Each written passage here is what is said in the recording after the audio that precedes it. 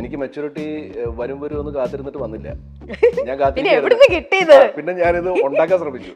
മനസ്സിലായില്ല. ഇപ്പൊ എനിക്ക് തോന്നുന്നു ഞാൻ കുറച്ച് മെച്ചൂർഡ് ആണെന്ന്. എന്റെ അച്ഛൻ ആക്സിഡന്റിലാണ് മരിച്ചത് 2018. So I was shooting in Vadakara. ഞാൻ പെട്ടെന്ന് നമ്മൾ നാച്ചുറലി ഷോക്ക്ഡ് ആയി പോകില്ല. കിടപ്പിലായ ഒരാൾ മരിക്കുന്ന പോലെയല്ല നമ്മൾ പെട്ടെന്ന് ആക്സിഡന്റിൽ അല്ലെങ്കിൽ ഒരു ഹാർട്ട് അറ്റാക്കിൽ ഒരാൾ നമ്മുടെ അച്ഛനോ അമ്മയോ ഒക്കെ മരിച്ചു പോകുന്നത്. മലയാളികൾ ഇപ്പോൾ ഏറ്റവും കൂടുതൽ ആകാംക്ഷയോടെ കാത്തിരിക്കുന്ന ഒരു സെക്കൻഡ് പാർട്ട് ചിത്രം ബിഗ് ബി.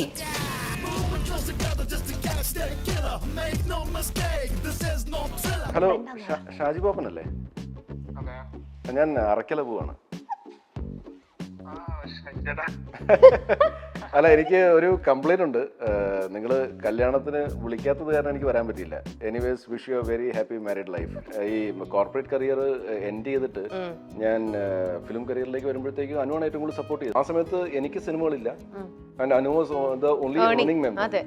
ഞാൻ കുറച്ച് ഇറസ്പോൺസിബിൾ ആയിരുന്നു കേട്ടോ. ഞാൻ വളരെ ഓപ്പൺ ആയിട്ട് എനിക്ക് പറയുന്നതിന് എനിക്ക് പ്രശ്നമൊന്നുമില്ല. വിജയ് ഫാൻ ആണോ താങ്കളും?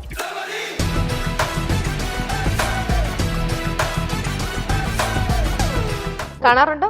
ഒരു പ്രാവശ്യം നേരിട്ട് കണ്ടിട്ടുണ്ട്. ഓ, നേരിട്ട് കണ്ടിട്ടുണ്ട്. ഓക്കെ.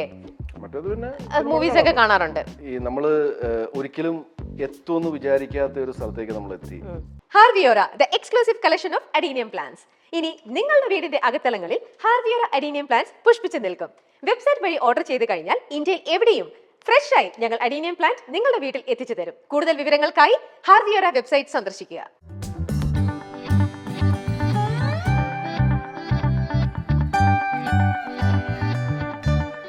പറന്നുയരാൻ തളരാത്ത ചിറകുകളോ അനന്തമായോ ആകാശമോ അല്ല എല്ലാവർക്കും ആവശ്യം.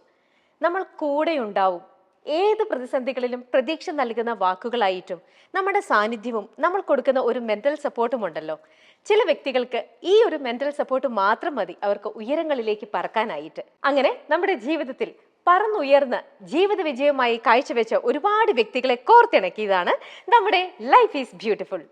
ഇന്നത്തെ നമ്മുടെ ലൈഫ് ഈസ് ബ്യൂട്ടിഫുൾ നമ്മുടെ കൂടെയുള്ള അതിഥി എന്ന് പറയുന്നത് എനിക്ക് എൻ്റെ ഹൃദയത്തോട് വളരെയധികം ചേർന്നിരിക്കുന്ന ഒരു വ്യക്തി തന്നെയാണ്. കാരണം ഇൻഡസ്ട്രിയിൽ ഏറ്റവും എനിക്കും എൻ്റെ കുടുംബത്തിനും ഏറ്റവും അടുപ്പമുള്ള ഒരാളാണ് ഈ ഒരു വ്യക്തി എന്ന് പറയുന്നത്. നിരസിച്ചിരിക്കാതെ നമ്മുടെ സിനിമാ ലോകത്തേക്ക് എത്തുകയും തനിക്ക് ലഭിച്ച ഓരോ കഥാപാത്രങ്ങളും വേറിട്ട ഓരോ കഥാപാത്രങ്ങളും തൻ്റെതായിട്ടുള്ള ശൈലിയിൽ വളരെ ഭംഗിയായി അവതരിപ്പിച്ചുകൊണ്ടിരിക്കുന്ന ഒരു നടൻ, നല്ല കണ്ണുകളുള്ള ഒരു നടൻ, മറ്റാരുമല്ല Saiju Kurup. Saiju, welcome to Life Is Beautiful. എനിക്ക് എന്തൊരു സന്തോഷാന്ന് അറിയോ സൈജു ഇവിടെ വന്ന് ഇരിക്കുന്ന കാണുമ്പോ. നമ്മളിങ്ങനെ നമ്മുടെ വീടുകളിൽ ഇരുന്ന് സോഫയിൽ ഇരുന്ന് അങ്ങോട്ടും ഇങ്ങോട്ടും നമ്മൾ സംസാരിക്കാറുണ്ട്. പക്ഷെ ഇന്ന് അതിൽ നിന്നൊക്കെ നമ്മൾ ഇന്നിപ്പോ ഇവിടെ നിങ്ങളൊരു ആക്ടറായിട്ടും ഞാനൊരു ആങ്കറുമായിട്ടും നമ്മൾ ഇന്ന് ഇങ്ങനെ ഇരുന്ന് സംസാരിക്കേണ്ട ഒരു ഇത് വരികയാണ്. യെസ്, തീർച്ചയായിട്ടും. പക്ഷെ നമ്മളിങ്ങനെ സംസാരിച്ചിട്ടുള്ളത് കാരണം ഇതൊരു പുതുമയല്ല. അതെ, പുതുമയല്ല. പക്ഷെ എന്നാലും നമ്മൾ യൂഷ്വലി സംസാരിക്കുമ്പോൾ കുറച്ചും കൂടി ഇൻഫോർമൽ ടോക്കിലേക്ക് പോകുമ്പോ ഇന്ന് അതിനെ കുറച്ചും നമ്മൾ മറ്റുള്ളവരും കൂടെ കാണുകയാണല്ലോ. നമ്മൾ ഇന്നൊരു ഇങ്ങനെ ഞാൻ സ്റ്റാറിന് ഇന്റർവ്യൂ ചെയ്യുവല്ലേ. അതെ സൈജു, സൈജുവിന്റെ ഓരോ വളർച്ചയെന്ന് പറയുന്നത് ശരിക്കും ഭയങ്കര സന്തോഷം തോന്നുന്ന ഒരു കാര്യം തന്നെയാണ്. ആ ഒരു തുടക്കം മുതലേ കാണുന്ന ഒരു ഇത് ഭയങ്കര സന്തോഷമുള്ള ഇതാണ്. പിന്നെ എന്റെ കാര്യം മാത്രമല്ല, നമ്മുടെ ചാനലിനും സൈജു കുറുപ്പ് വരിക എന്ന് പറയുന്ന ഒരു പ്രത്യേക ഒരു അടുപ്പമുണ്ട്. കാരണം നമ്മുടെ ഷാജി പാപ്പൻ എന്ന് പറയുന്നത് നമ്മുടെ മൈൽ സ്റ്റോണിന്റെ സന്തത സഹചാരിയാണ്.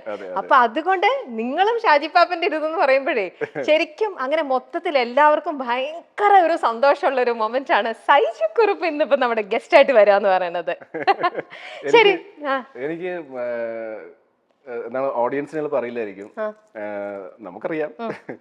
നിഖിൽ മേനൻ എന്ന് പറഞ്ഞ താങ്കളുടെ ഭർത്താവ്, അദ്ദേഹമാണ് എൻ്റെ ഏറ്റവും അടുത്ത സുഹൃത്ത്. സിനിമയിൽ ഞാൻ വന്നിട്ട് ഞാൻ ഒരു സിനിമയിലുള്ള ഒരാളെ ഞാൻ പരിചയപ്പെട്ടിട്ട് എൻ്റെ ഒരു നല്ല സുഹൃത്തായി മാറിയ ഒരാളാണ്.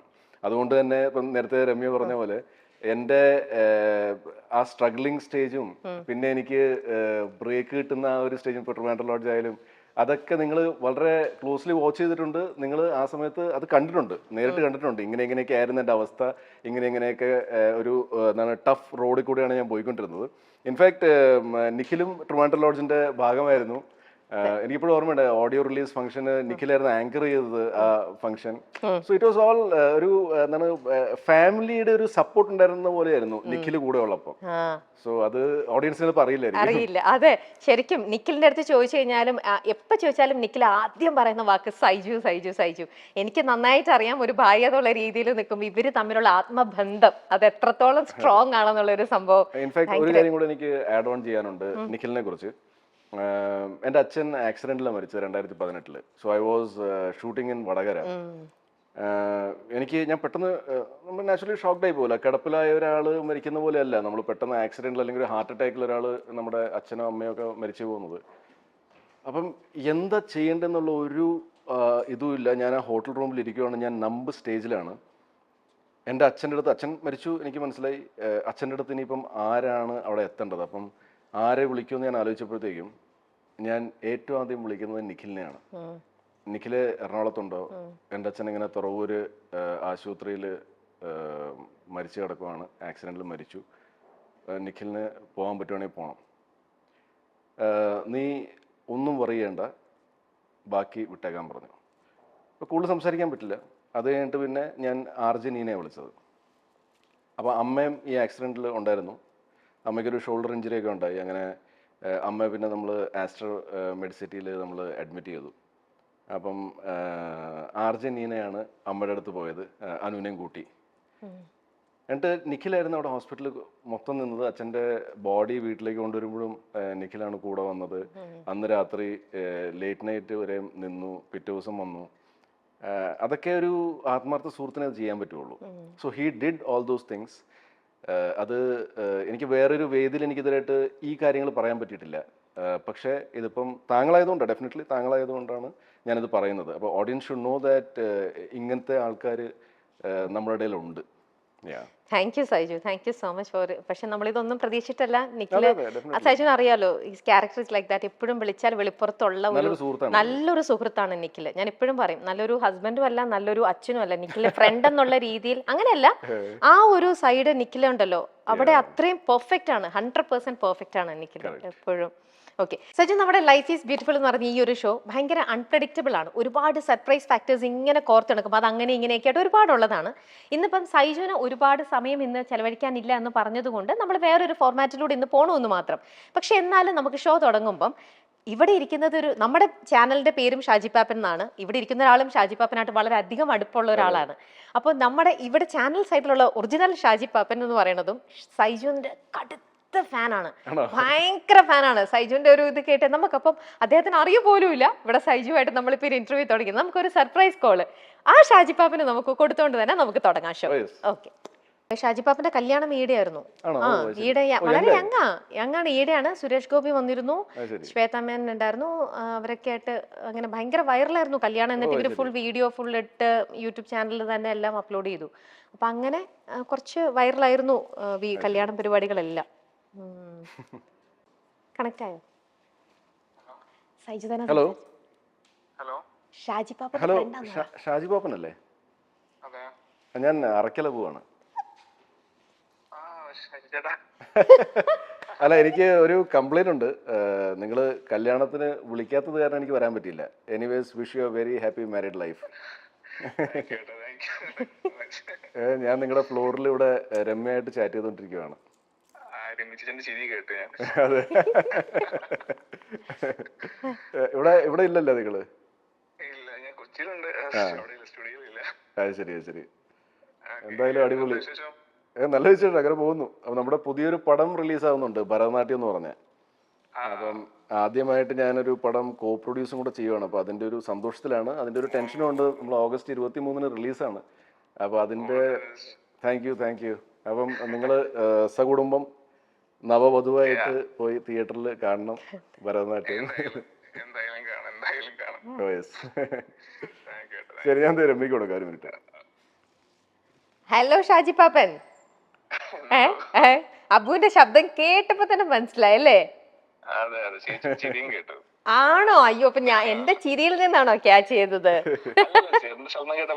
മനസ്സിലായോ? ഓക്കെ.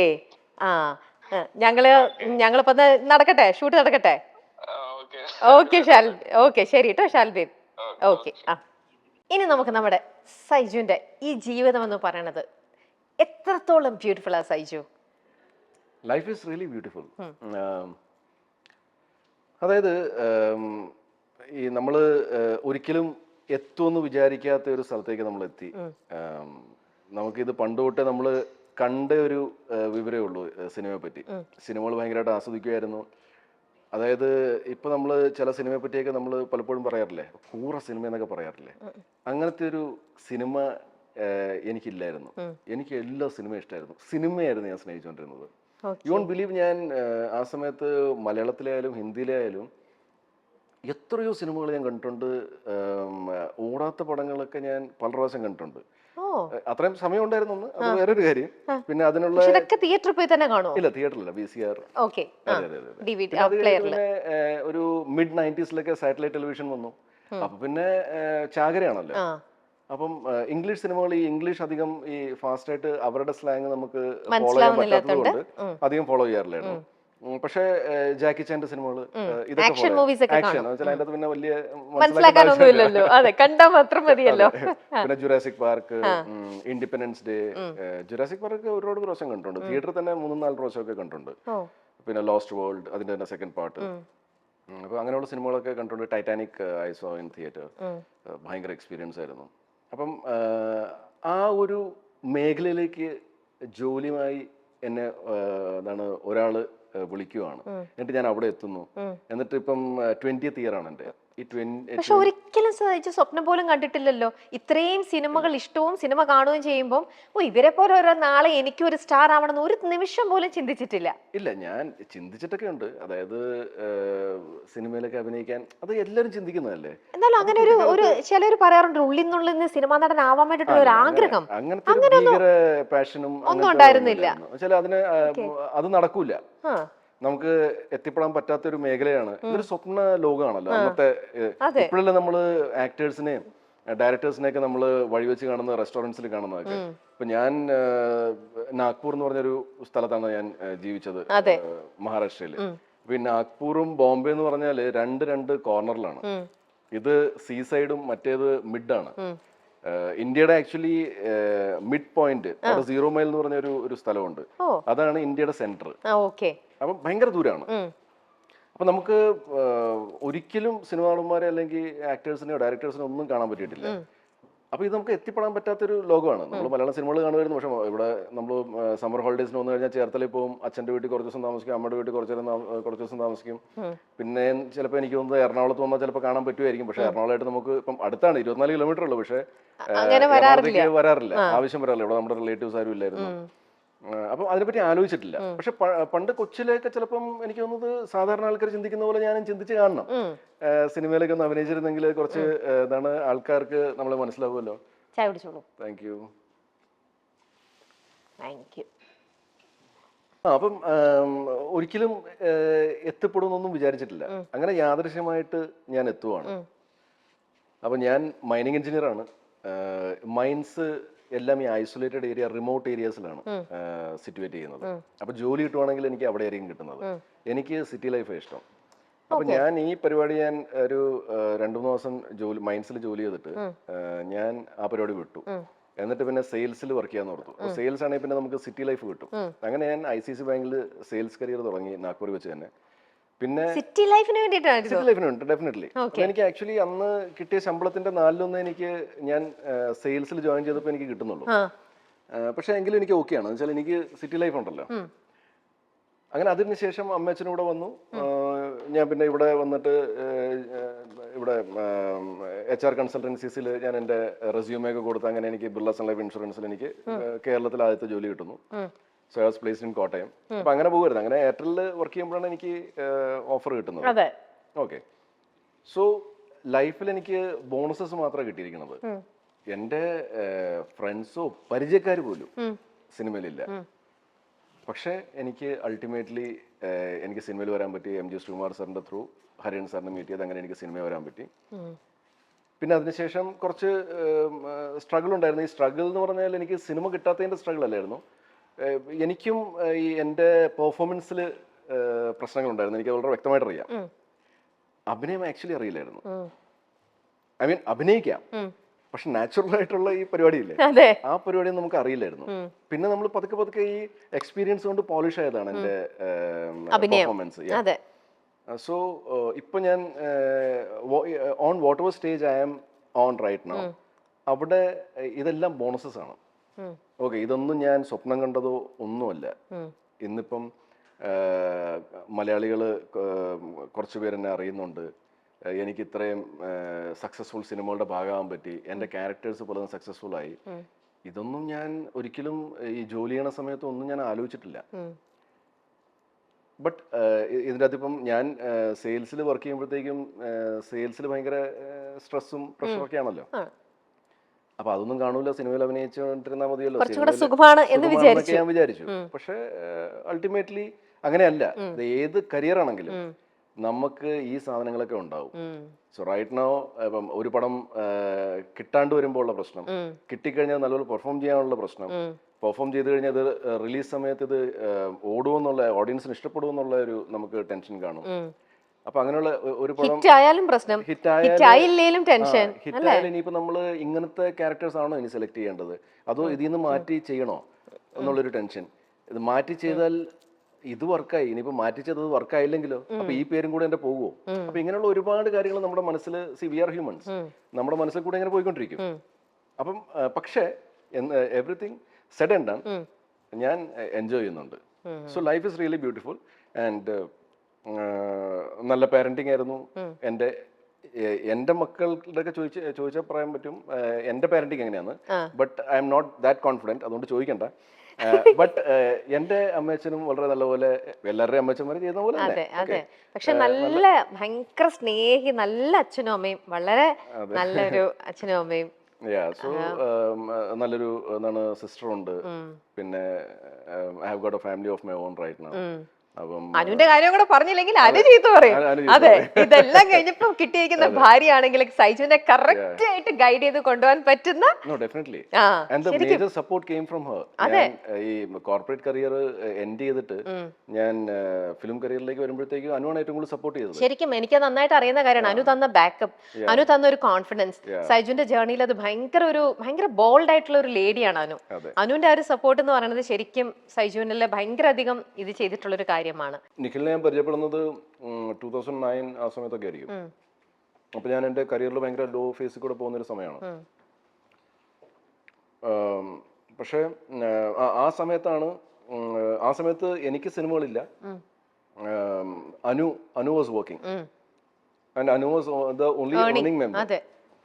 അപ്പൊ അനു എന്നെ ആ സമയത്ത് ഭയങ്കരമായിട്ട് സപ്പോർട്ട് ചെയ്തിട്ടുണ്ട്. അതായത് ഞാൻ കുറച്ച് ഇറസ്പോൺസിബിൾ ആയിരുന്നു കേട്ടോ, അത് ഞാൻ വളരെ ഓപ്പൺ ആയിട്ട് എനിക്ക് പറയുന്നതിന് എനിക്ക് പ്രശ്നമൊന്നുമില്ല. മോൾ ഓൾറെഡി ഉണ്ടായി കഴിഞ്ഞായിരുന്നു, എനിക്ക് സിനിമകളില്ല. എന്നാൽ സിനിമകളില്ലെങ്കിൽ ഞാൻ വീട്ടിലുണ്ടല്ലോ, എന്നാൽ രാവിലെ എണീറ്റ് അവളെ റെഡിയാക്കുക, അവളെ സ്കൂളിൽ പറഞ്ഞു വിടുക, ഇതൊന്നും ഞാൻ ചെയ്യില്ല. പാവ അനു രാവിലെ എണീറ്റ് ഇവളെ സ്കൂളിൽ പറഞ്ഞു വിട്ടിട്ട് ഇവക്കുള്ള ഫുഡ് ഉണ്ടാക്കണം, അനുവിന് ഓഫീസിൽ കൊണ്ടുപോകാനുള്ള ലഞ്ച് ഉണ്ടാക്കണം, ഞാൻ വീട്ടിൽ കാണുമല്ലോ, അപ്പൊ എനിക്ക് വേണ്ടിയുള്ള ബ്രേക്ക്ഫാസ്റ്റും ലഞ്ചും ഉണ്ടാക്കണം. ഇതൊക്കെ ചെയ്തിട്ട് അനു തിരിച്ചു വരുമ്പോഴത്തേക്കും വൈകുന്നേരം 7:30 മോൾ അപ്പോഴത്തേക്കും വന്ന് കാണും. മോള് വന്നിട്ട് അപ്പോഴത്തേക്കും മോള് that time we R staying with Anu's parents. അപ്പൊ അതുകൊണ്ട് എനിക്ക് വലിയ റെസ്പോൺസിബിലിറ്റി ഇല്ലായിരുന്നു. മോള് വന്നു കഴിഞ്ഞാലും ഗ്രാൻഡ് പാരന്റ്സ് ഉണ്ടല്ലോ, അപ്പൊ അവര് കാര്യങ്ങളൊക്കെ നോക്കിക്കൊള്ളുമായിരുന്നു. പിന്നെ ഞങ്ങൾ ഇൻഡിപെൻഡന്റ് ആയിട്ട് പിന്നെ ഞങ്ങൾ മാറി താമസിച്ചു. അപ്പോഴും അനു വർക്കിംഗ് ആണ്, എനിക്ക് സിനിമകളില്ല, സെയിം റൂട്ടീൻ. അപ്പോഴത്തെ നമ്മൾ കുറച്ചുകൂടി വലുതായി, നമ്മൾ തന്നെ കുളിക്കാൻ തുടങ്ങി, തന്നെ ഡ്രസ്സ് മാറാൻ തുടങ്ങി. അപ്പൊ പിന്നെ ആ റെസ്പോൺസിബിലിറ്റി എനിക്കില്ല, അവളങ്ങ് മാറിക്കൊള്ളൂല്ലോ. അനു 7:30 വരുന്നു, വന്നിട്ട് കുളിച്ചിട്ട് വന്നിട്ട് ഡിന്നർ ഉണ്ടാക്കിയിട്ട് ഇവളെ പിറ്റേ ദിവസം ഹോംവർക്ക് ചെയ്യിപ്പിക്കും. നോക്ക്, ഒരു ലേഡി എന്ന് പറയുന്നത് എത്ര ഒരേ സമയം ഭയങ്കര മൾട്ടി ടാലന്റഡ് ആണ്, ഭയങ്കര സ്ട്രോങ് ആണ്, കാര്യങ്ങളെല്ലാം മാനേജ് ചെയ്യാൻ പറ്റും. നിങ്ങളെ പോലെ കുറെ ആൾക്കാർ മടിയനായിട്ട് ഇതെല്ലാം കൺമുമ്പിൽ കാണുന്നുണ്ട്. ഇന്നിപ്പം സഹിച്ചു അഡ്മിറ്റ് ചെയ്യുന്നുണ്ട്, പക്ഷെ അന്നത്തെ കാലത്ത് പറഞ്ഞാലും ചെയ്യില്ല. ഇങ്ങനെ ഇതുപോലെ എത്ര പേരുണ്ട്. അതെ, ഏജിന്റെ പ്രശ്നമാണ്. പക്ഷെ വേറെ നിങ്ങളെക്കാട്ടിലും യങ്ങാണ്. അല്ല ഞാനും ഒരേ ഏജ് ആണ്, പക്ഷെ Anu was much more matured. ഇപ്പോഴും അങ്ങനെയാണ്. ലേഡീസ് കുറച്ചും കൂടെ മെച്യൂരിറ്റി ലെവല് നിങ്ങൾ ആണുങ്ങളെക്കാട്ടിലും ലേഡീസിനാണ് കുറച്ചും കൂടെ മെച്യൂരിറ്റി ലെവൽ ഉണ്ടാവുക. അതുകൊണ്ട് കാര്യങ്ങൾ വളരെ വൈസായിട്ട് ചെയ്യാനും കാര്യങ്ങളെല്ലാം ചെയ്യാനും ഞങ്ങൾ പെണ്ണുങ്ങൾക്ക് അറിയാം. മനസ്സിലായില്ലേ? അതുകൊണ്ട് ഞാനിപ്പം മെച്യൂർഡ് ആയിട്ട് ചിന്തിച്ചു തുടങ്ങി. എനിക്ക് മെച്യൂരിറ്റി വരും എന്ന് കാത്തിരുന്നിട്ട് വന്നില്ല. ഞാൻ കിട്ടിയത് പിന്നെ ഞാനിത് ഉണ്ടാക്കാൻ ശ്രമിച്ചു. മനസ്സിലായില്ലേ? ഇപ്പൊ എനിക്ക് തോന്നുന്നു ഞാൻ കുറച്ച് മെച്യൂർഡ് ആണെന്ന്. അങ്ങനെ വഴിന്നൊന്നും എടുത്ത് കിട്ടിയതല്ല, തന്നെത്താനെ ഗെയിൻ ചെയ്തെടുത്തതാണെന്ന് അല്ലേ? അടുത്ത സെഗ്മെന്റ് എന്ന് പറയുന്നത് പീപ്പിൾസ് ചോയ്സ് ആണ്. അതായത് ഇതിനകത്ത് സൈജുവിന്റെ പേഴ്സണൽ ആയിട്ടുള്ള ഒരു ഒപ്പീനിയൻ അല്ല പറയേണ്ടത്. സൈജുവിന് എത്രത്തോളം ഞങ്ങളെ പോലത്തെ പബ്ലിക്കിനെ അല്ലെങ്കിൽ പബ്ലിക്കിന്റെ പൾസ് എത്രത്തോളം അറിയാം നോക്കുന്ന ഒരു സെഗ്മെന്റ് ആണ്. യെസ്, അതായത് ഇപ്പൊ സൈജുവിന്റെ ഫാൻസ് ആണെങ്കിലും മറ്റ് ഇതൊക്കെ ആണെങ്കിലും കോമൺ ആയിട്ട് നമ്മളിപ്പോ ഒരു ചോദ്യം ചോദിക്കുമ്പോൾ മെജോറിറ്റി പബ്ലിക്കിന്റെ ഒരു ആൻസർ എന്തായിരിക്കും എന്ന് സൈജു കറക്റ്റ് ആയിട്ട് ഗസ് ചെയ്യാൻ പറ്റുന്നുണ്ടോ എന്നുള്ള ഒരു സെഗ്മെന്റ് ആണിത്. ഓക്കെ, അപ്പൊ സൈജുവിന് ചിലപ്പോൾ ഇതിന്റെ പേഴ്സണൽ ആൻസർ വേറെ ആയിരിക്കും തോന്നുന്നത്, പക്ഷെ അതവിടെ നിൽക്കട്ടെ, ഓപ്ഷനൊന്നുമില്ല. അല്ലാതെ ഇതെല്ലാം കഴിയുമ്പോൾ നമ്മൾ ഒരാളെ വിളിക്കും അല്ലേ? കറക്റ്റ്. ഇതെല്ലാം സൈജുവിന്റെ ഈ സെഗ്മെന്റ് കഴിയുമ്പോൾ ഞാൻ റാൻഡം ആയിട്ട് ഒരാളെ വിളിക്കും, പബ്ലിക്കിനെ വിളിക്കും, ഒരാളെ വിളിച്ചിട്ട് ഈ ചോദ്യം അവരുടെ അടുത്ത് ചോദിക്കും. അവര് പറയുന്ന ആൻസറും സൈജു പറയുന്ന ആൻസറും കറക്റ്റ് ടാലി ആയാൽ സൈജു ഗ്രൂപ്പ് പിന്നെ മഹാനടനായി. അത്രേ ഉള്ളൂ. സമ്മാനം പനിഷ്മെന്റ് ഉണ്ട്. കണ്ട, ഉത്തരം തെറ്റിക്കഴിഞ്ഞാൽ എന്തെങ്കിലും ഒന്ന് അങ്ങോട്ടും ഇങ്ങോട്ടും ഇപ്പൊ എത്ര 4 ചോദ്യങ്ങളുണ്ട്. ഉത്തരം ശരിയായാലും സമ്മാനം വേണം. ആ സമ്മാനം ഉണ്ട്. ഇത് കോഴിക്കോട്ടയുണ്ട്, കപ്പലിന്റെ മിഠായി ഉണ്ട്, പരിപാടിയുണ്ട്, അതെല്ലാം ഉണ്ട്. ഉത്തരം എവിടെയെങ്ങാനും സൈജുവിന്റെ 4 ആൻസേഴ്സും മറ്റേ ആൾ പറയുന്ന 4 ആൻസറും തമ്മിൽ ഒരെണ്ണം പോലും ശരിയായില്ലെങ്കിൽ സൈജു കുറുപ്പിന് മൈൽ സ്റ്റോൺ ഷാജി പാപ്പന്റെ വക ഒരു പനിഷ്മെന്റ്. റെഡി? ഒരുപാട് കോമഡി ഷോകൾ മലയാളത്തിൽ ടെലിവിഷൻ ചാനലുകളിൽ പ്രക്ഷേപണം ചെയ്യുന്നുണ്ട്. അതിൽ ഏറ്റവും കൂടുതൽ ആൾക്കാരെ ഇഷ്ടപ്പെട്ടിരിക്കുന്ന ഒരു കോമഡി ഷോ അതേതാണ്? ഇപ്പോഴത്തെ പ്രസന്റ് ആണെങ്കിൽ രണ്ടുമൂന്നുണ്ട്. സജു കാണാറുണ്ടോ ടി വി പ്രോഗ്രാംസ് ഒക്കെ? പഴയതും ആയിക്കോട്ടെ കേട്ടോ, ഇപ്പൊ തന്നെ നോക്കണമെന്നില്ല, പണ്ടത്തേതോ ഇപ്പത്തേതോ എപ്പോഴത്തെ ആണേലും ഏറ്റവും കൂടുതൽ സിനിമയിലായിരുന്നു ഒരു സമയത്ത് ഏഷ്യനെറ്റിന്റെ. പിന്നെ എനിക്കൊന്നും ഇപ്പം ബമ്പർ ചിരി അതായിരിക്കണം. ശരി, ഏതെങ്കിലും ഒന്നില്ല ഫിക്സ് ചെയ്യേ. അങ്ങനെ 2-3 ആൻസർ പറഞ്ഞു കഴിഞ്ഞാൽ വേറൊരു സംഭവം വെച്ചാല് ഇപ്പം നമ്മളൊരു പ്രായമുള്ള ആളുടെ ചോദിക്കണേ ചിലപ്പോ സിനിമ പറയും. അപ്പൊ ആ ഒരു സംഭവം പോട്ടെ. അപ്പൊ ബമ്പർ ചിരി അവിടെ നിൽക്കട്ടെ. സൈജു അപ്പൊ ടിവി ഷോസ് ഒക്കെ കാണുന്നുണ്ട്. ഓക്കെ, മലയാളികൾ ഇപ്പോൾ ഏറ്റവും കൂടുതൽ ആകാംക്ഷയോടെ കാത്തിരിക്കുന്ന ഒരു സെക്കൻഡ് പാർട്ട് ചിത്രം അതേതാണെന്നാണ് സൈജുന് തോന്നുന്നത്? ഒന്ന് തേർഡ് പാർട്ട് വരുന്നു വീണ്ടും. 1, 2, 3 എനിക്ക് ഓപ്ഷൻ വേണ്ട. അതല്ല, ഈ കോൺവനെ കരോഡ്പതിയില്ലേ നമ്മളിങ്ങനെ ആലോചിക്കും. നിങ്ങൾ ഇപ്പോഴും അമിതാഭിൽ തന്നെ നിൽക്കുകയാണല്ലോ. സൂപ്പർ ഹീറോ അല്ലേ? അതെ, സൂപ്പർ ഹീറോ ആണ്. അതുകൊണ്ട് അമിതാഭിന്റെ പേര് എനിക്ക് ഇടുവോ എന്ന് ചോദിച്ചു നടന്നു, അതോ നടന്നില്ല. എന്റെ ഫേവറേറ്റ് നടൻ മിഥുൻ ചക്രവർത്തി ആയിരുന്നു. ആണോ? എനിക്ക് ഭയങ്കര എനിക്കും ഇഷ്ടമായിരുന്നു. അപ്പൊ ഈ തേർഡ് പാർട്ടിന് വേണ്ടിട്ട് ആൾക്കാർ ചോദിക്കുന്നുണ്ട്. അത് ആടിന്റെയാണ്. നമ്മൾ സെക്കൻഡ് പാർട്ടല്ല, നമ്മൾ സെക്കൻഡ് പാർട്ടാ. ഓക്കെ, നിങ്ങളുടെ സിനിമ മാറി, ആട് മാറി. അതെ, നമ്മുടെ ഇത് ബിഗ് ബിയുടെ സെക്കൻഡ് പാർട്ട്. ഓക്കെ, ശരി. ഏത് തമിഴ് താരത്തിന്റെ ചിത്രമാണ് മലയാളികളെ ഏറ്റവും കൂടുതൽ ത്രില്ലടിപ്പിക്കാറുള്ളത്? വിജയ്. ശരി, വിജയ് ഫാൻ ആണോ താങ്കളും? കാണാറുണ്ടോ തമിഴ് മൂവീസ് ഒക്കെ? നേരിട്ട് കണ്ടിട്ടുണ്ട്. ഓക്കെ, മൂവീസ് ഒക്കെ കാണാറുണ്ട്. ഓക്കെ, മലയാളം ഓൺലൈൻ ചാനലുകളിലെ അവതാരകരിൽ നിലവിൽ നിങ്ങൾക്ക് ആരെയാണ് കൂടുതൽ ഇഷ്ടം? ഉത്തരം പറഞ്ഞേ. എനിക്ക് നമ്മുടെ പാലിലുള്ള ഒരാളുണ്ട്, പേരറിയില്ലായിരിക്കും. പേരെനിക്ക് കിട്ടുന്നില്ല. എറിയും. അതങ്ങ് ഇത്തിരി ഉറക്കെ പറയണ്ടേ, ചോദ്യം കേൾക്കുമ്പോ തന്നെ ആൻസർ ടപ്പ് ടപ്പേന്ന് പറയണ്ടേ. അല്ലെ, വീട് എവിടെയാന്ന് ആലോചിക്കുന്നത്. രമ്യ നിഖിൽ. അത് നമുക്ക് നോക്കാം. ഇപ്പൊ സൈജു അല്ലേ, നമുക്ക് പബ്ലിക്കിനി എന്ത് പേരാ പറയണതൊന്നും പറയാൻ പറ്റില്ല. സൈജു ഒരുപാട് നല്ല ആൾക്കാരുള്ള സ്ഥലമാണ്. ആരെയാ വിളിക്കാൻ പോണേ? നമ്മളിപ്പോ വിളിക്കാൻ പോകുന്ന അച്ചാമ്മച്ചേടത്തിയാണ്. അച്ചാമ്മച്ചേടത്തിയാണ് നമ്മളിപ്പോ വിളിച്ചിട്ട് ഈ സെയിം ചോദ്യം ചോദിക്കാൻ പോകുന്നത്. നോക്കാം.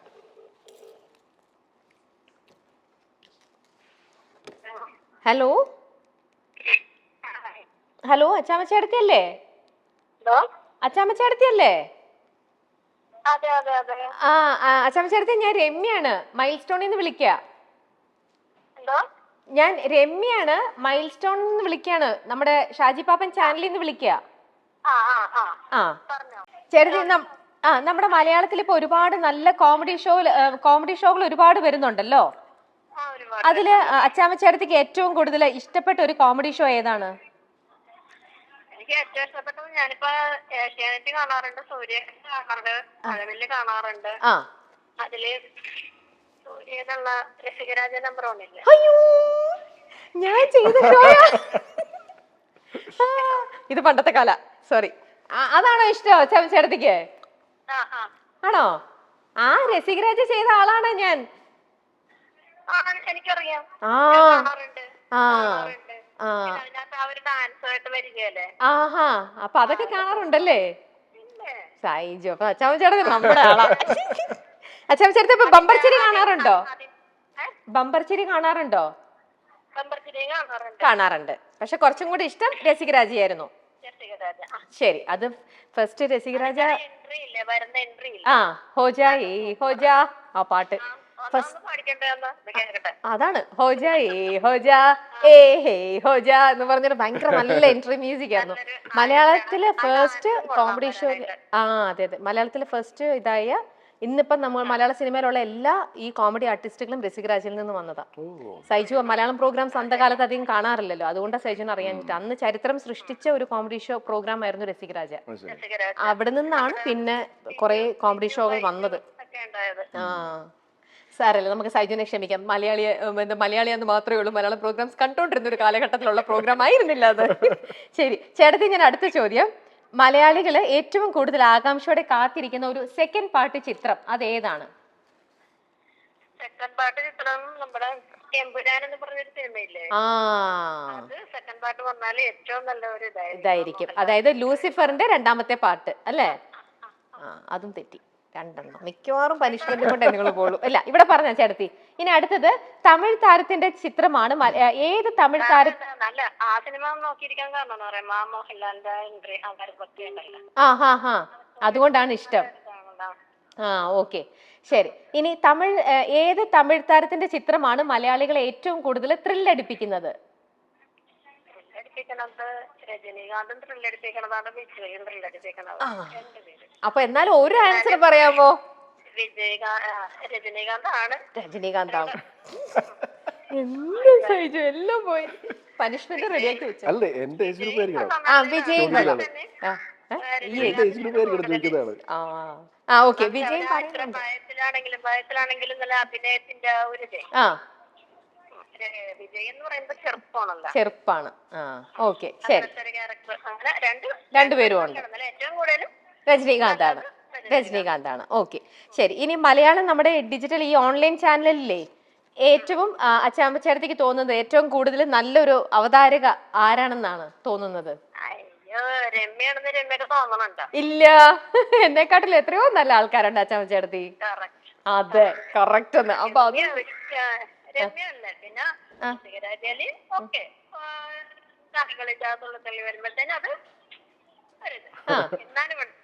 അപ്പൊ ഓൺലൈൻ ചാനലിൽ ആരാ നല്ലത്? ഓൺലൈൻ ചാനലില് ഏറ്റവും നല്ലതെന്ന് പറഞ്ഞാൽ TV തുറന്നു നോക്ക്, നമ്മുടെ കൊളപ്പുള്ളി ലീലയില്ലേ, ആ പുള്ളിക്കാർക്ക്. പക്ഷേ ലീല ചേച്ചി അവതാരകയല്ലല്ലോ. TV കണ്ടു നോക്ക്. അല്ല, ലീല ചേച്ചി കണ്ടു നോക്കിക്കോ.